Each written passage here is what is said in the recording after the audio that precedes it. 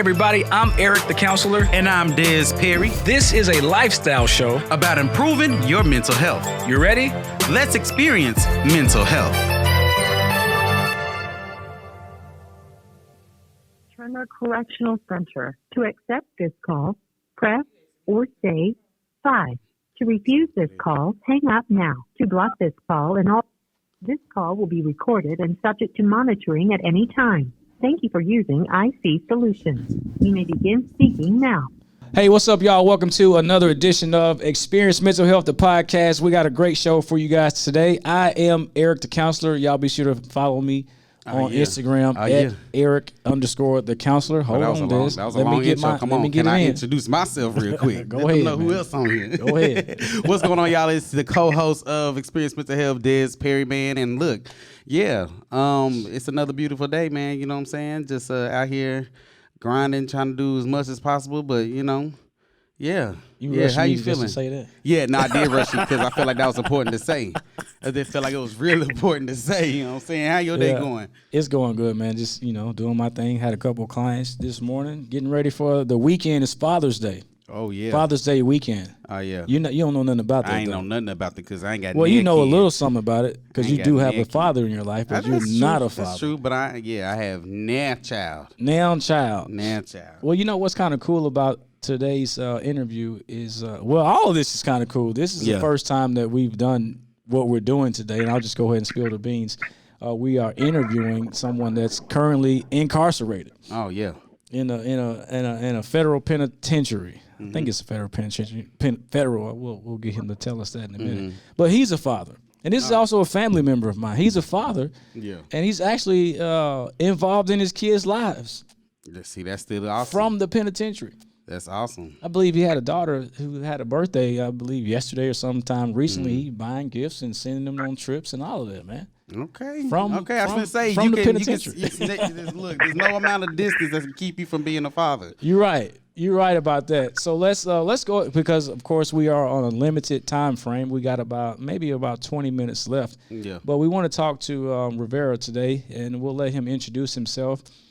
He has some things that I think will be important for our audience to hear. And just to give a different perspective, we want to talk about mass incarceration and how it really affects, black people, and how it really affects their families. And, it's going to be good to hear from somebody who is actually in the penitentiary. We're not going to talk about why he's there or any of that, because that's not what we're focused on today. Right. But we want to give people an inside look at what it's like to be incarcerated. So without any further ado, we're going to introduce my family member, my cousin, Rivera. You there with us? Yeah, I'm here, man. I definitely appreciate the opportunity to share this experience with y'all. And like you just said, especially being it's a Father's Day holiday weekend, and not just Father's Day. I just seen that Congress passed the Juneteenth holiday. It made it a federal holiday. Right, absolutely. So it's such a good time right now to even have this conversation, not just about being incarcerated, but being a father. You feel me? And especially a young father like I am, and I try to stay focused. Like that's what drives me to do what I'm able to do right now, is the fact that I am able to be a part of my kids' life and to have their respect and to know they love me though. So. Yeah, so it's amazing, man. I'm definitely excited to be here with y'all today. Yeah, man, we're glad to have you. So, Rivera, before we get into the topic, let's tell the people a little bit about yourself, who you are, and just tell us about yourself. Well, first I'm gonna start off by correcting you a little bit. I think you said that I was at a federal penitentiary. Yeah, I was thinking about that. You're in a state penitentiary. Yes, sir. I'm in a state prison in Tennessee. I was convicted of a crime when I was arrested when I was 18, and I went to trial and I was convicted, and I was sentenced to life in prison. So it's been one of those rough roads until as of recently, I realized the importance of education and started educating myself and started getting familiar with what was going on, not just with my case, but also the history of being incarcerated, and it's crazy. So. Yeah, so besides the fact that I'm incarcerated, I am a father of 3. I'm a son. I think what. Well, of course, it was your uncle, but I lost my dad while I was in prison. But my mom's still here. My grandmother, also, the grandmother that we share, my dear. So You know, it's still it's a challenge though, you know, to be here, but it's a blessing to still be here as well too, though, because it could have been a lot worse. Yeah, definitely. And look, one thing I just can't help to think about is you said that you were arrested at 18, so you've been in prison all this time, and I just can't help but think about how last year we just dealt with the whole pandemic, where we're still kind of dealing with it at the same time, you know, COVID happening. Like, I mean, kind of just tell us a little bit about, you know, dealing with COVID, you know, in the prison system during that time, like some of the things that you all were kind of going through. Yeah, absolutely. So COVID, when COVID first hit, we was getting a lot of information from the news, and when I first seen it on the news, I was like, oh yeah, that'll never really be effective. Like, it'll never affect the world or my community as much as it did. But then it started getting serious, and one day it was like they had locked the prison down. They was doing COVID testing, and somehow or another they had a massive breakout at this facility where I'm at, and I was told that I tested positive for COVID, but it's hard to get any information here. But COVID was real, like they had suspended visitation for a while, so a lot of people wasn't able to see their family.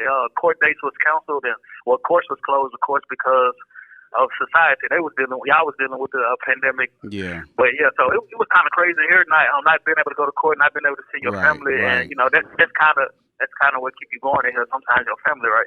Mm-hmm. So even when they said that they think that you tested positive for COVID or anything, did they have like any type of like, you know, restrictions or anything like that as far as like, you know, because you know out here they had you quarantine, but it's like, you know, how was that going in the prison system? So to be honest, like of course, it was kind of an afterthought in here. We're not priorities of our health. Like our health is not priorities, and I don't want to bash the prison system right now. I think they're going through enough as it is. But like so they was quarantining inside of the prison, and they were just really mixing inmates in with other inmates. We didn't know who had it, who was testing positive, who was asymptomatic or not. But they came through eventually and was putting these red signs on our door saying that, hey, you tested positive for COVID-19, so you're gonna go in the cell. And we have 2-man cells here, so they was trying to put it to where you would be in the cell with another person who had tested positive for COVID-19. But it was covered. This facility where I'm actually incarcerated, it was covered for the COVID pandemic because, like I said, it was a massive outbreak. I think they said 1,200 of the 2,500 here. 500 inmates here had tested positive for the so it was kind of scary. Yeah, it was crazy. It was scary because we wasn't getting any information from any medical personnel. The officers already, you know, we're not priority. So it was weird to get all of our information from the news and watching the governor do press conferences and they're actually talking about the facility that I'm at.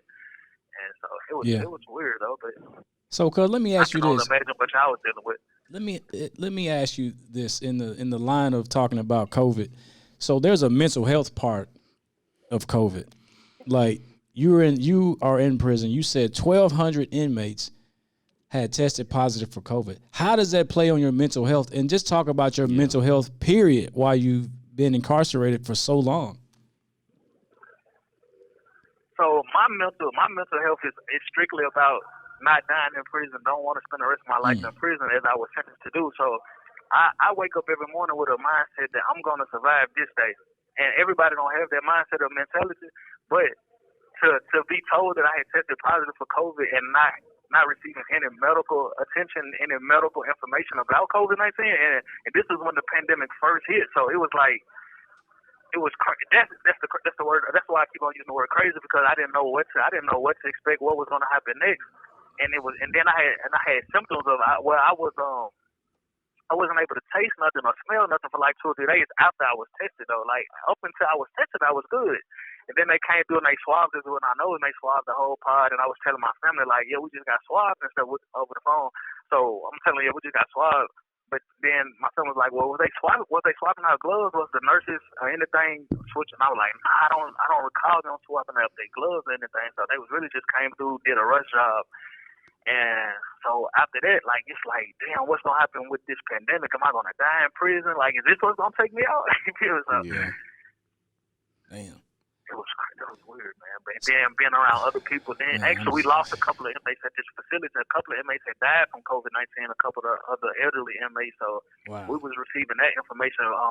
Just inmates talking here. We wasn't really getting any information from the staff or the administration. But you know, in prison we'll find a way to communicate one way or another. Right? We human. We still human. Right. One way or the other. You know, I don't watch enough prison shows to know that the communication does work. Yeah. They got many different ways of doing it. Yeah. Dang, Rivera. I mean, this conversation it's I don't know, we're family. It's not like I'm just talking to anybody. I'm just literally talking to a cousin that is in the penitentiary doing a life sentence. Talk about let's segue into talking about mass incarceration. I know one of the things you wanted to talk about was how when someone is incarcerated, how it not only affects that person, but how it affects the family.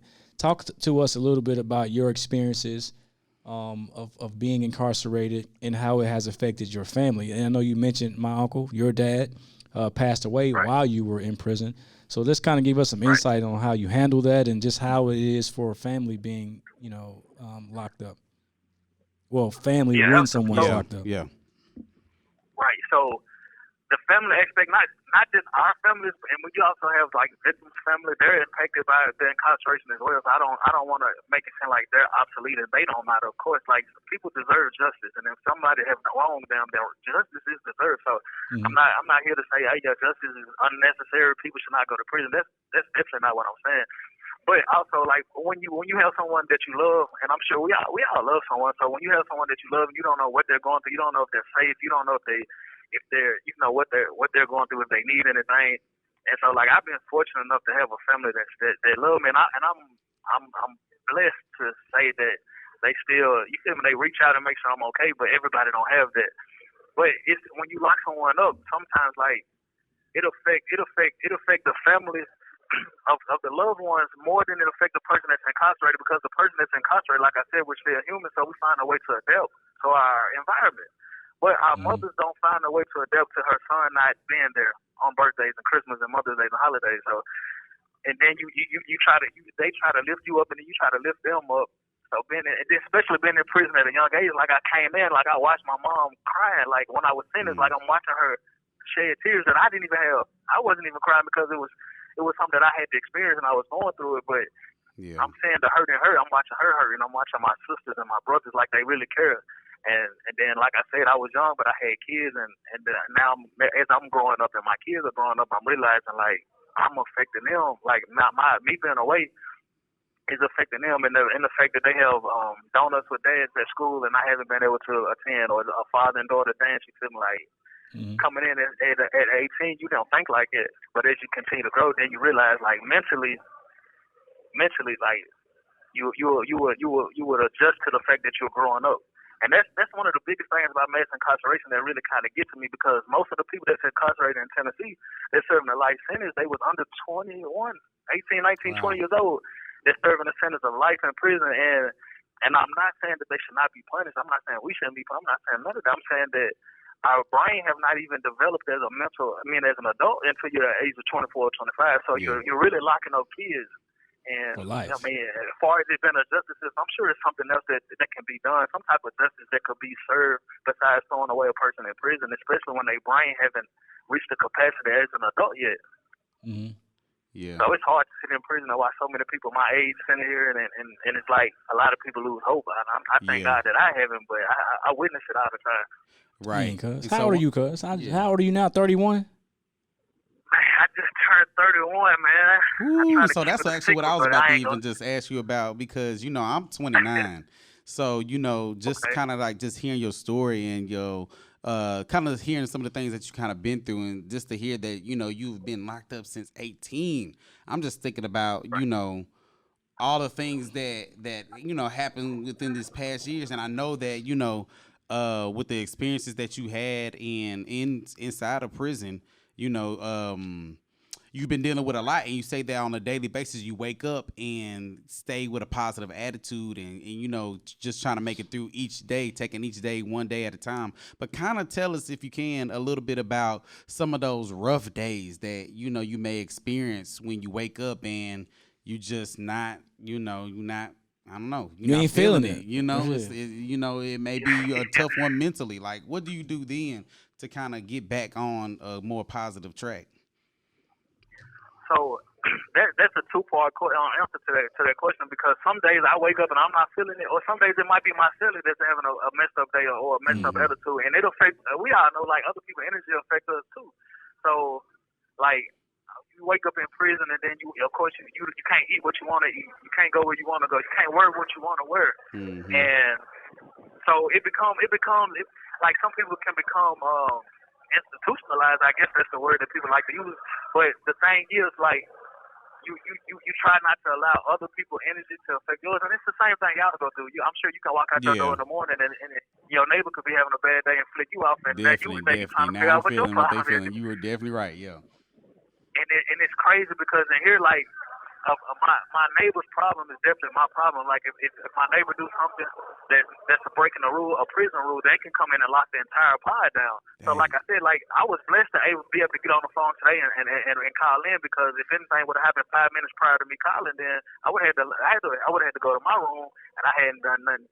You feel me? But it's a group thing here. But yeah, so cuz I'm gonna ask you this.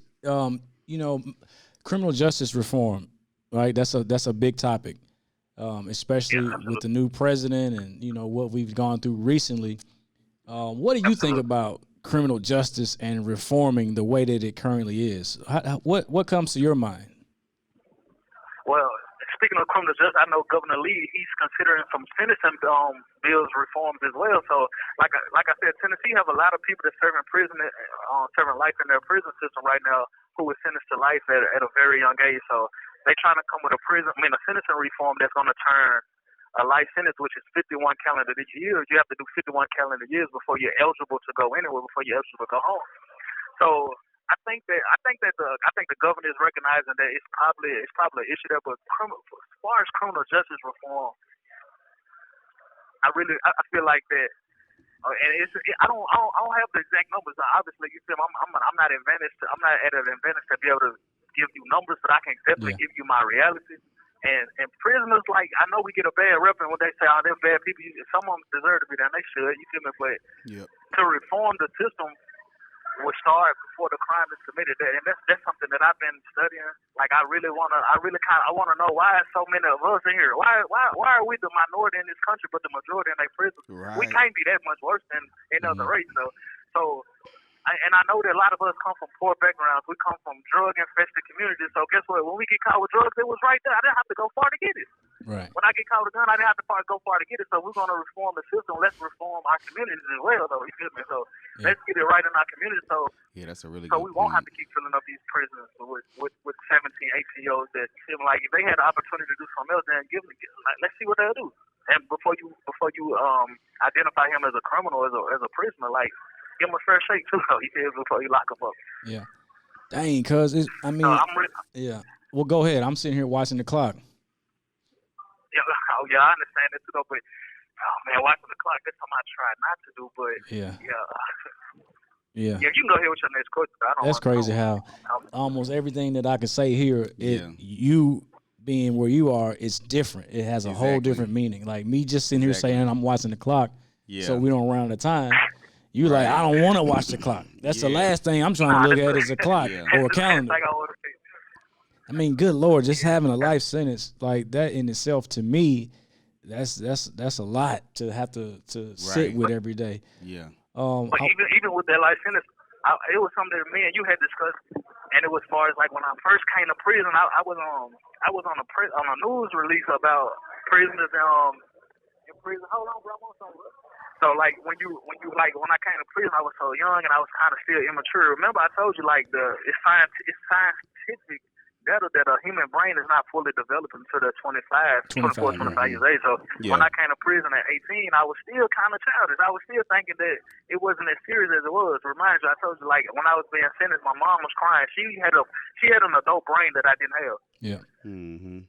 And it was crazy, and the worst part about mass incarceration is, and this is what irked me the most, because my case my case, and I told my attorney advised me not to speak too much about the case because I am in court. I have some appeals pending, so like I'm definitely like I got high hopes about it, but my case and what happened in court and what happened in trial and how they handled our case and being from a poor family and not having a lot of money and not being able to retain counsel, like I'm serving a sentence that's probably not even just though. It's not even I'm serving a hard sentence right now when I didn't receive the justice that the Constitution guaranteed me though under the 14th Amendment that I had due process. You feel me? And that was violated completely. And I kind of had my family was blessed enough and able to give me a website done. So yeah, man. So yeah. So look, I want to because I know we're running out of time. And, there's so much that we could talk about. I want you to kind of talk about what have you done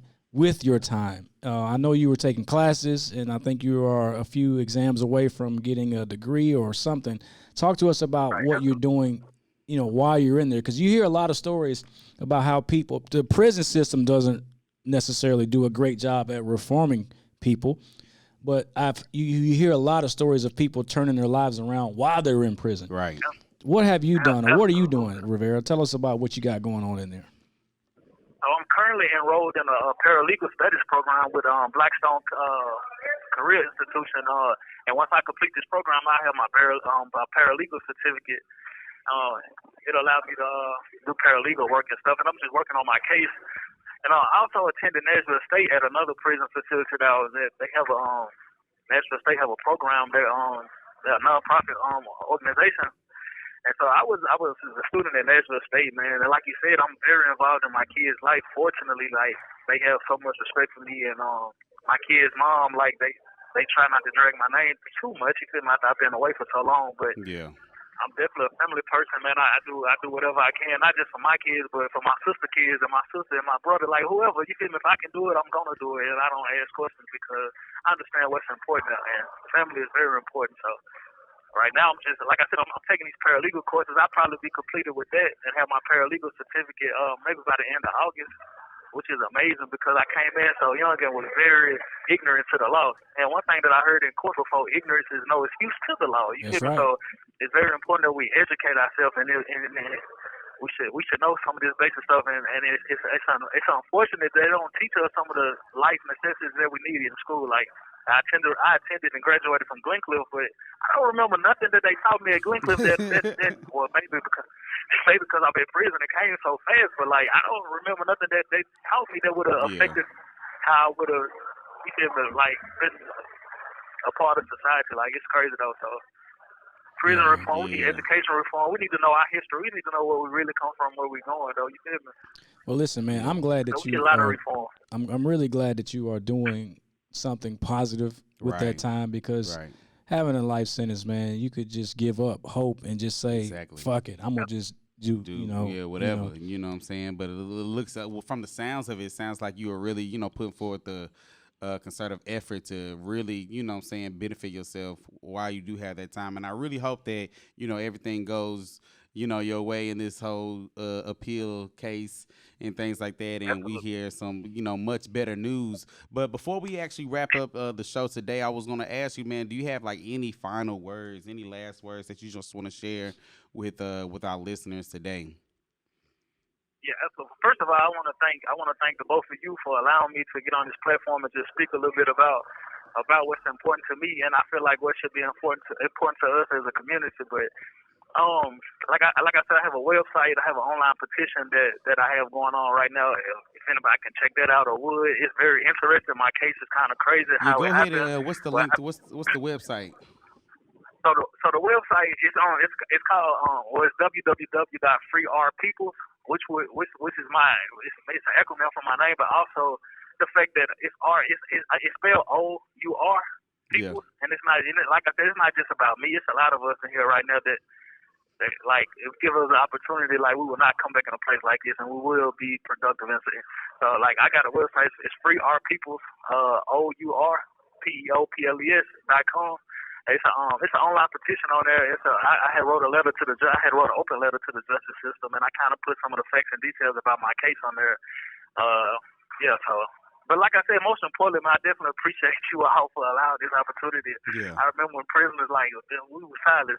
Nobody wanted to hear from us. So now that some of these rappers like Lil Baby and Boosie don't come home and they make it lit to come home from prison, I'm just trying to keep us home from prison. Never have to come here and then, you feel me? Like, that ain't nothing.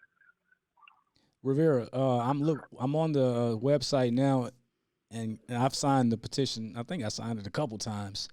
What is it that you want people to do when they get to this site? Do you want people to just sign the petition or to kind of give people some instruction what you would like for them to do or how they can help you? If possible, if they have time coming off this pandemic and finally being able to go out without a mask, all right. If you find time, just kind of put yourself in that person's position. Like, how would it feel to be this person sitting in prison for the rest of his life? Like, how would it feel to know that the justice system thought this little of this person, and the judge, the trial judge, thought this little of this person, and his attorney who thought very little of this person. And we all come from American dirt, American soil. 1 minute remaining. We was guaranteed several constitutional rights, So I don't know, man. We just got to get better. Like, and I hope my story can be enough to help people pay more attention to what's really going on inside these courtrooms and these sentences, reforms and stuff. Like, we should definitely get involved with what's going on with our local elections, local judges. Like, these people are very impactful. They sentencing our kids, they sentencing our brothers and sisters, so that we should know what their record is. Man, listen, you're absolutely right. I heard that 1 minute mark, but before you leave, I want you to give some shout outs. Who are some people you want to give a shout out to? Definitely shout you two out again, but my kids, man, Cameron, Skylar, and they know I love them to death. I'm trying my best to get back to them. My mom, everybody who's affected by my incarceration, and anybody else whose story that relate to mine. Like, I definitely hope that we all can see better days than this, man. But for real, like. Yeah, man. Well, look, that looks like we just lost him. We're going to talk. I know I'll talk to him again soon. Yeah. And I don't know, man. That was cool. That was. That's the first time we ever interviewed somebody insightful. From prison. Look, serving a life sentence. I'm just sitting here in shock or really low-key the whole time. Like, a life sentence. That's a lot to swallow. Like, because that's what my mind goes back to every single time. When he's and man, I think it's such a great thing to still be able to hear him talk so positively about his mindset and what he's thinking and and in hopes of one day getting out. Yeah. You know what I'm saying? Even though he does have this life sentence, man, and look, I'm praying for him. I hope he does see, the outside of that prison one day. And yeah, man. You know what I'm saying? But it's just crazy, the situation that he's in now, man. He asked me a few weeks ago, we were talking, he asked me if I remembered him. Wow. I remember you because he's a lot younger than me. And so he was worried about me remembering him. Not worried about it, but he was just like, do you remember me? I'm like, I remember you. Yeah. But anyhow, folks, look, we want to invite you guys to go to Rivera's webpage. It's Free Our Peoples, FREEOUR. Yeah, I'm going to drop it down in the description. Peoples.com. Definitely check that out. You can see the timeline of the events of his case. I know you're probably wondering, well, what did he do to get a life sentence? How did he find himself in this situation? Well, you go to their website, and you'll find out what's going on. You can also see how you can help Rivera while he is appealing his case. But man, it's heavy. I'm not gonna lie to you. No, for sure. It's not like me just talking to any old random person. This is blood right here that's dealing with this life sentence. Yeah. That's his sister right there on the website that we're looking at right now. It's my cousin Raquel. But man, we hope you guys enjoyed this conversation.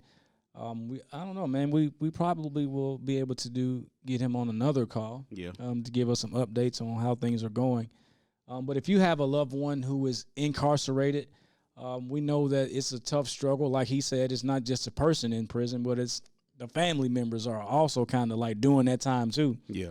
And so we just want to give a shout out to anybody that's in this situation. We hope things will get better for you.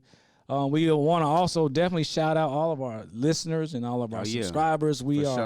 We're almost at 300. Oh yeah, subscribers on YouTube, man. We're climbing up. We climbing up, man. So definitely big shout out to everybody that's been rocking with us since season 1, since the beginning. What year was this it? This had to be in like 2019 or 2020. No, it had to be 2019. Who knows? Who's counting? Who's counting? I'm not counting. We just rolling. I'm like Rivera. I ain't looking at the clock. We just going. We just going. So shout out to all the new people. Yeah, we really appreciate you guys being here for this, special edition of Experience Mental Health. So shout out to you. Share this with somebody. Also, be sure to subscribe so that you can get all the shows. So what is it? Get the notifications. Yeah. So some of you are going to get notified of this show if you just started following us. And those of you who've been following us, you've already been notified of the past shows. And we really appreciate you guys for being here with us. iHeartRadio listeners. Our Apple Podcast listeners. Throw out them platforms. Don't never remember. Don't never remember. Don't never remember them. Podcast listeners. All of them. We love you. Wherever you podcast, we go holler at us. Yeah. We do. So, man, what you got, Des? Last words? You got any last words for us today? Man, really, after talking with Rivera, I think really the biggest thing for me, as far as my last words, is I don't know, taking one day at a time, man. Yeah. I always stay positive. Look, if a man in that situation can be right. positive, damn, maybe you can too. I definitely could be a lot more positive and just wake up and just take each day, no matter how difficult, how hard it is. Just take each day one day at a time. That's right, man. Yep. That's good. I'm gonna leave it at that, man. We hope you guys have a great Father's Day weekend. Shout out to all the dads out there in the world, even if you are incarcerated, because I know there are people that are going to see this that are incarcerated. So shout out to you too. Just like Rivera, you can still be a dad in that situation that you're in. Yeah, man, ain't no excuses no more. Man, if a dude in prison can send his child out of town to California for their birthday and buying gifts, damn, what does that say about you doing? Those of us who are out. Yeah. So anyhow, that's it for us today. We hope you enjoyed the show, and we will catch up with you guys next time. Make it a great day, folks. Hey guys, if you really enjoyed that episode, make sure that you like and comment, as well as subscribe to the Experience Mental Health Podcast, because this is the #1 mental health podcast in the nation.